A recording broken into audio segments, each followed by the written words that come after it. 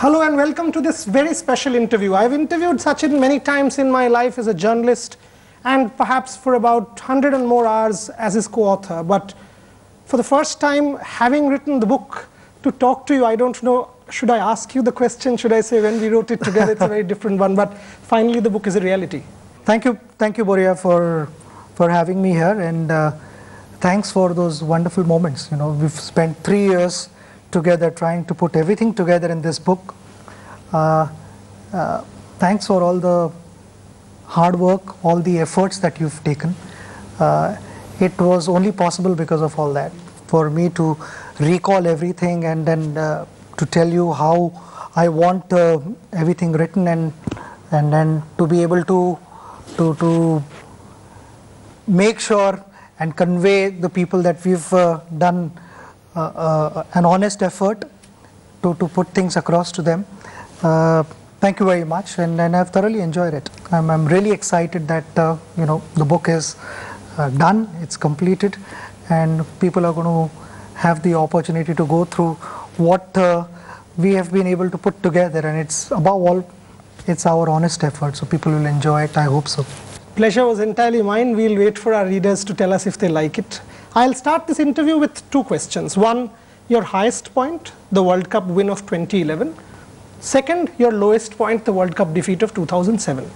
We've talked at length about 2011. In several of your public interviews, you've talked about your highest point. But in the book, you say 3 of your teammates did something very special for you. Why don't you tell my viewers what you did and what they did for you? See, the highest point was definitely the World Cup. But once we got back to the room, I remember the whole hotel was celebrating, not just the hotel but the nation.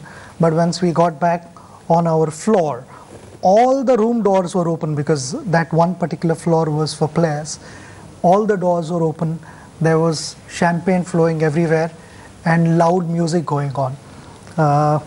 Anjali was with me, both of us went to my room, and the doors were open and we both had flowers stuck in here and having champagne, and we both started dancing, because you know, it was such a massive moment in my life, something which I'd waited for 22 years. And then from there on, the party continued. We went on the, I think, the higher floor somewhere, I don't remember, 17th or 18th floor, where one room was booked for us, and that is where Harbhajan, if I can ask you this in Hindi, that 3 of your teammates, इन्होंने आपके लिए कुछ special किया था, Harbhajan and आप बताइए क्या किया? हरभजन, युवराज और विराट कोहली, तीनों ने वहाँ मेरे लिए गाना गाया था, तुझ में रब दिखता है, और मुझे बेसिकली एम्बैरेस किया था, मैं शर्माया था. Obviously I said कि what are you guys doing, क्या कर रहे हो यार तुम, भाई आज गाने दो, आज मौका है गाने का, गाना है, हम तीनों को ये गाना गाना है तुम्हारे लिए. और they all sang. I mean, it was बहुत एक स्पेशल मोमेंट था मेरे लिए, जो मैंने मेरे किताब में लिखा हुआ है. किसी को पता नहीं होगा ये, मगर ये एक मोमेंट ऐसा था कि मैं लाइफ में नहीं भूल सकता हूँ कभी. And when you went back home after that, and you've written about that as well, and you met your mother, it was very special. Yeah, when I went back home, my mother was there to receive me, and you know, for the first time actually I felt that I have done something really big. And there have been number of occasions where, you know, records were broken and new records were created and all that. I was happy, but I never had this feeling. This was, winning the World Cup was something really special. And then mother did aarti to me, and then put tikka and gave me a sweet to eat. I've never had that feeling, and I was literally, I mean, I was proud of myself. Entering the house, I felt that I've achieved something and I've come back home.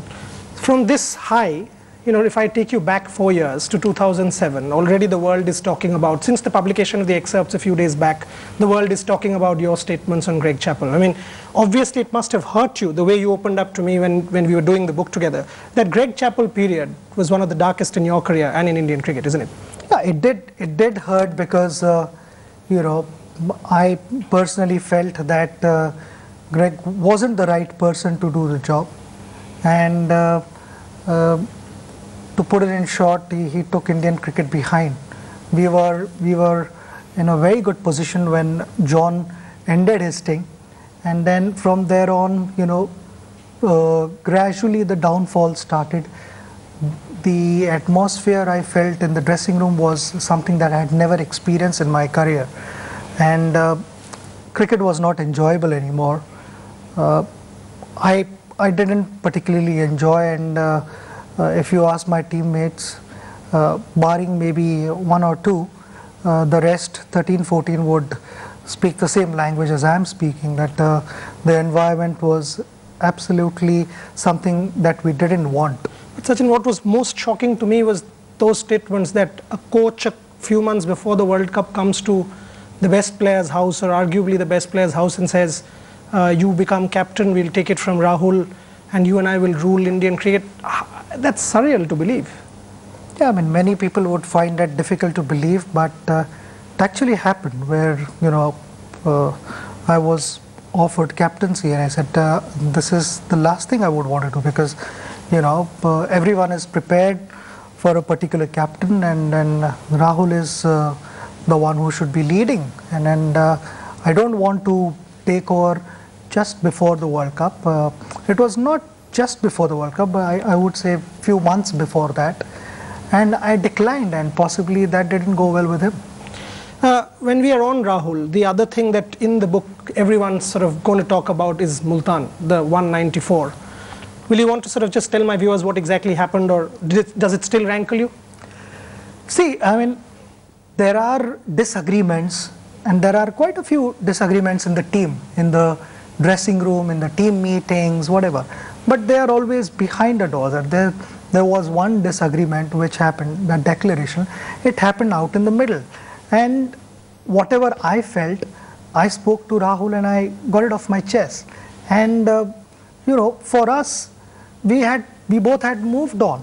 I gave him my word that, he was a captain at that time, and I said, you will have 100% commitment from me on the field. I just need a little more time off the field to settle down, and then things will be normal. And I'm so glad that, after that, we've had some amazing partnerships, some match-winning partnerships together, and above all, we've continued to be good friends. So for us, we had closed the chapter there and then. Once the match was over, we forgot about it, and we moved on, and we ended up winning the series. So I don't think, yes, there was a bit of disagreement, but it ended there and then. Let me take you away from cricket, because the book is not about Sachin Tendulkar, the cricketer, but about your life as well. The world waits for you, for your interviews, for where you go, your fans. But at one point in time, you waited for Anjali for 40 minutes and kept driving up and down Bandra. Why don't you tell my viewers what happened? Well, I mean, when we were not married, and at that time, none of my family didn't know about Anjali, and Anjali's family didn't know about me.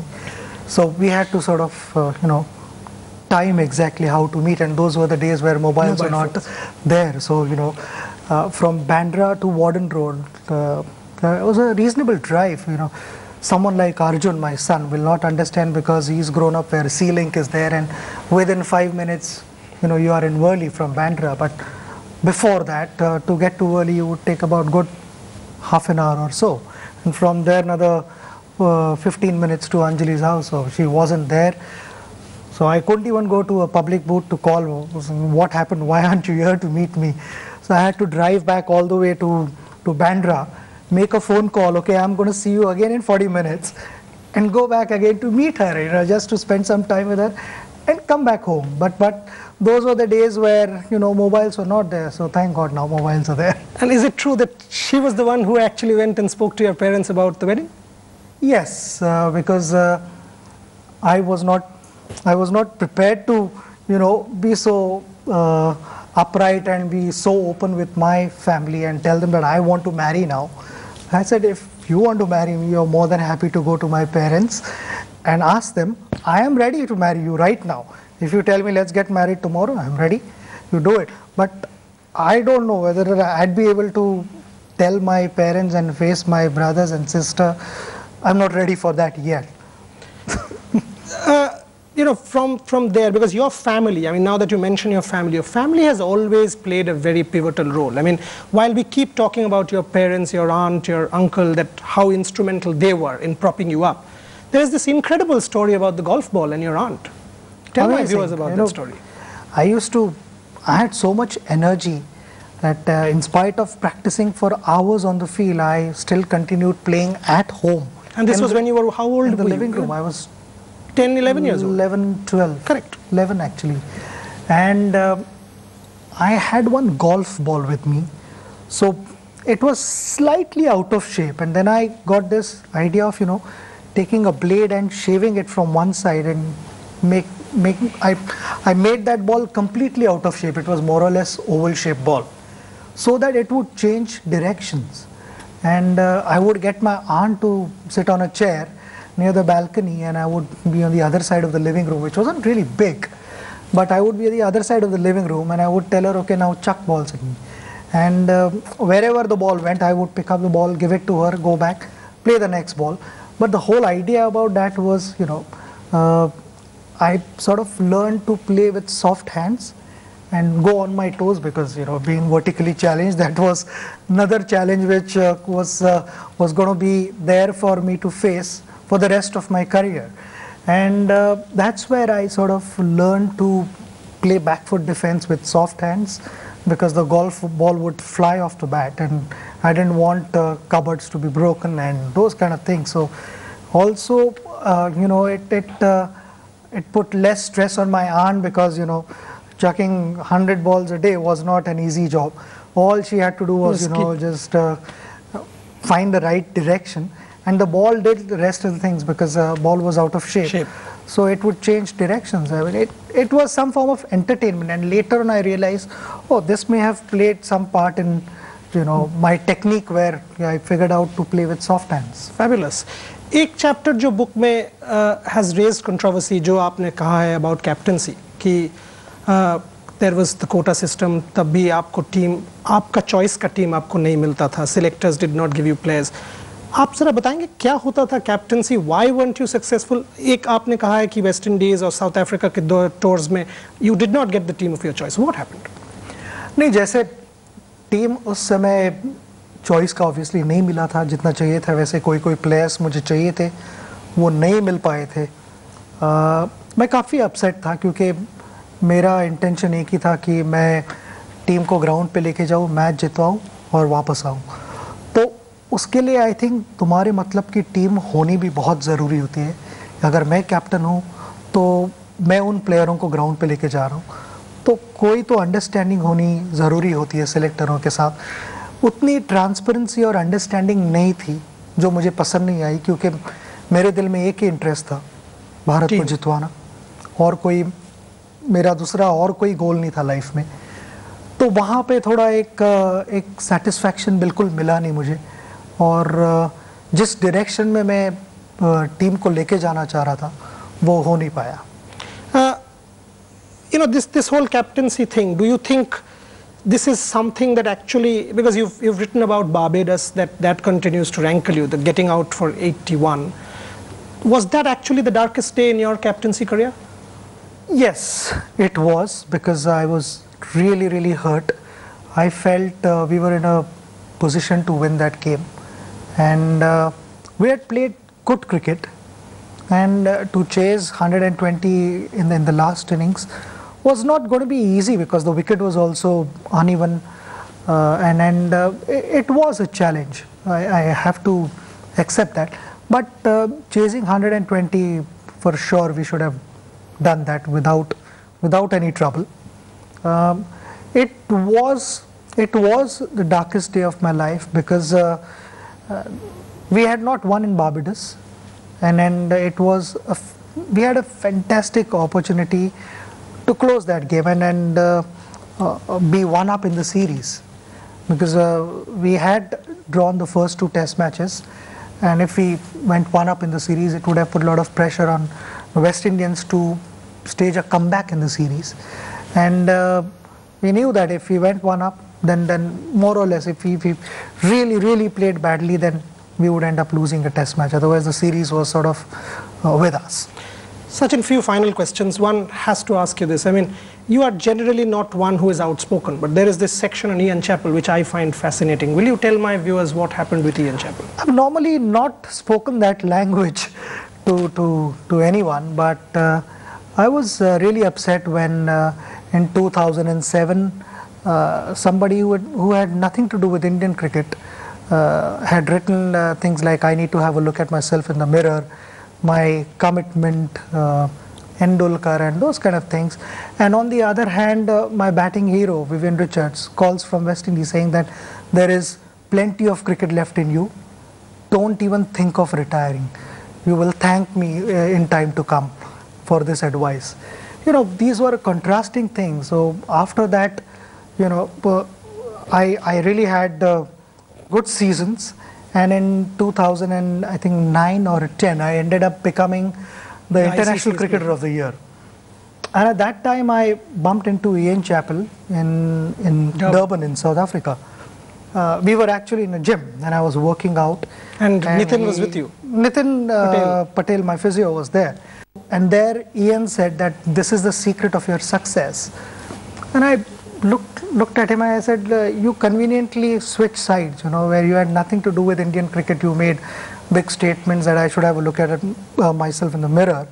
And now you are praising me. And I mean, what are you guys up to? I mean, why do you do all these things when you are not part of what is actually happening, what the ground reality is?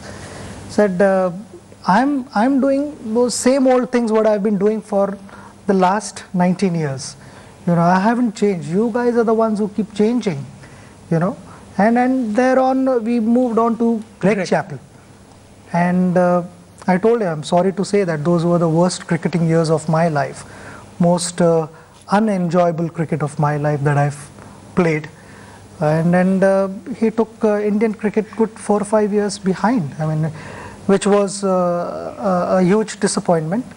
And you know, he shouldn't have been there. Final 2 questions. One, you've got some very nice words about 3 people who are now the batting mainstays of this current Indian team. Virat Kohli, Rohit Sharma, because they have all little parts in the book which people don't know. Yes. Virat Kohli, Ajinkya Rahane and Rohit Sharma. Tell my viewers about that. Virat, after my last test match, Virat came to me in the dressing room. I was sitting in the corner and I was, you know, still somehow trying to control myself, not shedding tears and those kind of things. And Virat was also emotional, and he gave me a box. I asked him, "What is this?" So he said, "When my father passed away, just before that, he had given me these kind of threads which we tie, God's threads, and this will give you good luck, and you know, I didn't find anyone worthy enough to keep this, and I feel you are the person I should give this to." And he touched my feet, and I said, "Why are you touching my feet? Please don't do that. You're like my younger brother." And he said, "You know, I respect you, and you know, we will miss you." So I kept that for a day, because you know, at that time I told him that I was really emotional, and I said, "Virat, just please go, leave me alone." And I again started crying because I was emotional, and that made me even more emotional. The very next day I was having, in 2 days I was having my retirement dinner for all the friends and players, and that's when I returned that to him, and I said, "This is your father's memory. You should never part with this. You should always have it with you. It will bring you all the luck in future." With Ajinkya, again it happened in the dressing room, where I took him aside after everything was over. I took him aside, and the whole team was waiting for me in the bus. Took him aside in another room, and I told him that, you know, I've been observing you closely. You may not have realized, but your work ethics are really good. You know, it must have been so disappointing that he played the 4th test match in Delhi against Australia, and the next test match we played against West Indies. Before that, you know, there were a few one-day matches that we had played, and Rohit had done well. Very well. And you know, naturally the whole world had only started talking about Rohit and how Rohit is going to make his test debut and those kind of things. And it is little hard on Ajinkya also to accept that and then continue to work hard like that. And I thought he was focused there, and he didn't get, he must have been disappointed, but he didn't lose heart. And I told him, you please continue to do that. You have worshipped this game, the game will look after you. You know, I'm by no means I'm trying to tell you that, you know, you should be in the team and Rohit should be out, but the game will look after you in the future. You continue to go in this direction. It is the right direction that you are heading in, and all the very best. And coming to Rohit, you know, Rohit is an extremely talented individual and a disciplined individual. Now he's focused, I feel, and he's doing everything possible to get back in the team and do something special for the nation. Before the game, I had designed special stickers on my bat, and also the grip. And I didn't want anyone to see that, so I went to Rohit and I said, Rohit, I want you to do me a favor. I want to borrow that, you know, that sack from him, which most of the players do carry in their kit bags. I don't. So I said, I don't want anyone to see my bags. I want to change all the stickers. And tomorrow morning, I'll come to the ground, and when I walk on the field, that is when everyone gets to see the stickers. Till then, nobody knows what I'm doing. And these are special stickers. I'm quite sentimental about all these things, and I don't want anyone to see, so I need to borrow your kit bag.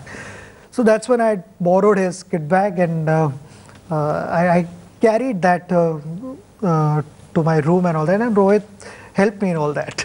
Final question. The book basically is the story of the first innings of Sachin Tendulkar. 40 years of incredible international cricket, 200 test matches, every record in the book. You are now as if on a canter at the start of your second innings as well, because when I speak to you, you are now in India, then in England, now in this village with your social commitments. What can the second innings be like? What should your fans expect, people expect, this country expect from Bharat Ratna Sachin Tendulkar? Yeah, the expectations from me continued till the time I had cricket bat in my hands. And beyond that, now that I've started my second innings, the expectations continue, and rightly so. The first innings was about my personal enjoyment, exciting moments on the field and those kind of things, and the second inning is about giving as much as I can to the people who've supported me for such a long time, and it's all about satisfaction, my satisfaction of giving things. In this, I've planned two verticals. One is that I've been associated with NGO called Apna Le for last 20 years now. And we are donating parts of the book. Yes, I mean, we've promised 25 lakhs minimum. Hopefully, I should be able to give much more than that, and I would be so happy if I'm able to give more than that. And it is for women empowerment. It is about allowing the disadvantaged communities to have a fair platform to build their careers, to realize their dreams, and giving them a better life. So that is one vertical. And the second vertical that I'm going to support, which we've already started, is Spreading Happiness India Foundation, which is about lighting up villages, you know, as many houses as possible, and because there is no electricity, and it's hard to believe. In 2014, life sort of, you know, comes to standstill after sunset until the sunrise. There is not much happening in their houses, and then it's something which disturbs me. So we've already been able to light up almost 6,500 houses. The vision and the dream is to light up the entire nation, and I will try my level best to bring happiness to all the less privileged people. And it's about giving happiness, it's about sharing happiness, and that is something I want to do, which is going to give me immense satisfaction. So the second innings is all about satisfaction. As I close this interview, it's about the book. Sum it up in one line, and I'll close it. One line. I've played it my way, so I would stick to playing it my way. He's given happiness, He will give happiness and continue to do so. It's been an absolute pleasure doing this interview. More importantly, to be able to write the book with Sachin Tendulkar, India's greatest cricketer, with Bharat Ratna Sachin Tendulkar, and most importantly, a very dear friend who I have come to admire, come to respect, and come to revere. Thank you very, very much for speaking to me, Sachin. Pleasure. Thanks. Thank you.